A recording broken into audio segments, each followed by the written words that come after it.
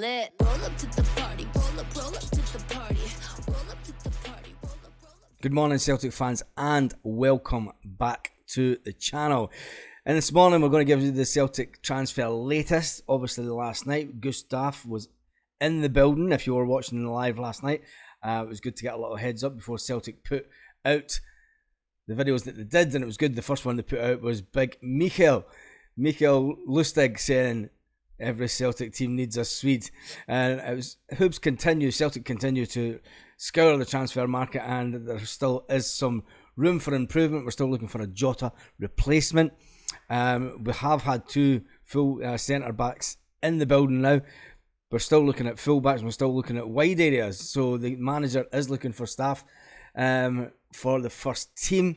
Before we need to consider that, we have to think about, is there going to be any movement in the goalkeeping position? Everyone's saying that we need a goalkeeper. There will have to be some kind of movement of a goalkeeper leaving the club, and the only one that we can see that probably might leave would have to be Benji, as he's now been put down to third choice keeper, and he's far too good to be a third choice keeper. Far too good.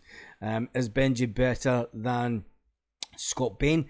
It is Scott Bain just been kept in the building just to add to the Scottish contingent for Europe. Whilst the Jota replacement hasn't been found as yet, Daniel Podence is one that is certainly caught the eye of Celtic, and they are monitoring the movement of the player for this one. He has a year left in his contract, and at £12 million, it's not going to happen.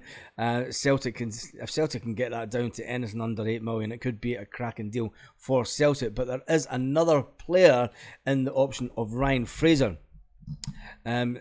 Newcastle would be silly not to give him away for next to nothing. He's not even got a team number. He has split the fans. He is a player that was once at Aberdeen. He was sold from Aberdeen for $400,000, and he went to Newcastle on a free. So would you take him? Because this one hasn't gone away. John Hartson has even got in on the talk about it this week, suggesting that it would be a good move for the player. Although John Hartson does go on to say it does not fit with the Celtic recruitment strategy in the recent years. I said there's a list of pros and a list of cons for Celtic fans against taking on the player. Gustaf made it to the club last night. They were all good about that if you did watch the news. Another name that has been mentioned also is Quinton Merlin. The $7 million price tag on his head. 21-year-old. I still think that it's a move that might happen. We'll have to wait another couple of weeks. Will Stephen Welsh remain at Celtic amid interest from America? That's an interesting one also. I think Stephen Welsh will still be at the club. That's one that Brendan wants to keep at the club. Another Celtic news, obviously the Daniel Podence one. I think that's something that we need to keep an eye on just in case. Big Gustaf entered the building last night, and it was fantastic. It was good for him. He might actually go into the team this weekend. He did play at the weekend for Elfsborg, and he said it felt good to end that chapter of his career. He's here now, and he's excited to be here, and he wants to win things. He's been playing all summer in the Swedish League. The Swedish League are a sensible league, and they don't really play during the winter. I wish Scottish football would take a bigger break during the winter, because let's face it, watching Scottish football in 5 degrees in January is just, it's not much fun. I've been there and done it. I watched Celtic at -10 one Wednesday night a good few years ago, and that wasn't fun either. Anyway, all of them are good players that have came in so far. He's been talking about the squad, and he says he knows the squad that looks good. He says it's going to be fun to play with them. I want to learn as well. He spoke to the manager before he got here, and he spoke to him a bit before he signed on the day and before he got his pictures taken. He says, I think it'll be more tactical, the way that his football will change.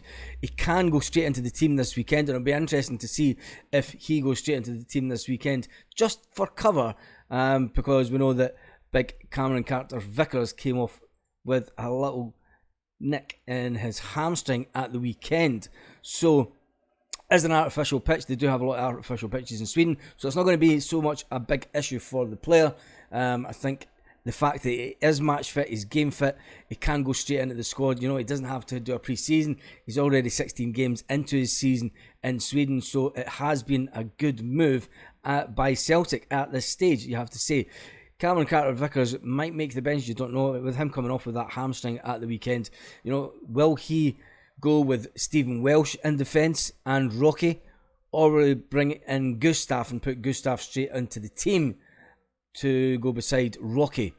I think probably Stephen Welsh might get the nod to start with, just because he knows the players and he knows the system, and you know, I think Gustaf will make the bench for certainty. So let's move on to big suggestions this morning. We have been speaking about it for weeks. Why hasn't Hatate not been given a new transfer as yet? And Abada, doesn't look like Abada's going to go this window. He has spoken to Brendan and he wants to extend his stay at Celtic. Brendan sat down, obviously we'll know this, we'll know the stories now, that Brendan sat down with all the players individually and spoke to them, and Abada wants to basically commit to Celtic, and it's looking like that Abada and Hatate will enter Celtic talks once the transfer window has closed. Now, we know that Hatate was going to be going into contract talks nearer the Christmas time. It was suggested a long time ago that that would probably happen. But the good thing is that if Abada gets a new contract also, they're both highly rated at Celtic, and I think we both highly rate them as fans. I think if we can get Rio tied down on a new contract, it will kind of fend off anybody else that's wanting to come in from Christmas time. Liel Abada, getting him a new contract, he's going to be a revelation this year. I think he's going to be really one to watch. Both are highly rated. This is the main thing. Midfield, Hatate has, he's had a weird start to the season. People were saying that he was going to go purely for the fact he was left out first game of the season. I still think that came down to fitness, and the fact that he had a calf tear kind of suggests that it might not have been 100% fit. He's still 25-year-old Hatate. He does have 3 years left on his existing contract, but that is going to be ripped up and given an improved contract, just like Kyogo and just like Cameron, just like our skipper was at this just a few weeks ago. The fact that Kyogo has been given a new one, it's just fair that we keep Hatate. Hatate is going to be one that's going to go into the Champions League this year, and if we can get him fit and if we can get him playing like he did last year in the Champions League, just look out, you might get a lucky couple of results. That's all I'm saying. Daniel Podence, that's one to watch, but not at the money that they're talking about. In the meantime, if you haven't watched the Celtic Live from last night, if you'll click that video, that will come up just at the end of this video here. And on that note, have a great day, Celtic fans all around the world. Lit. Roll up to the party, roll up to the party.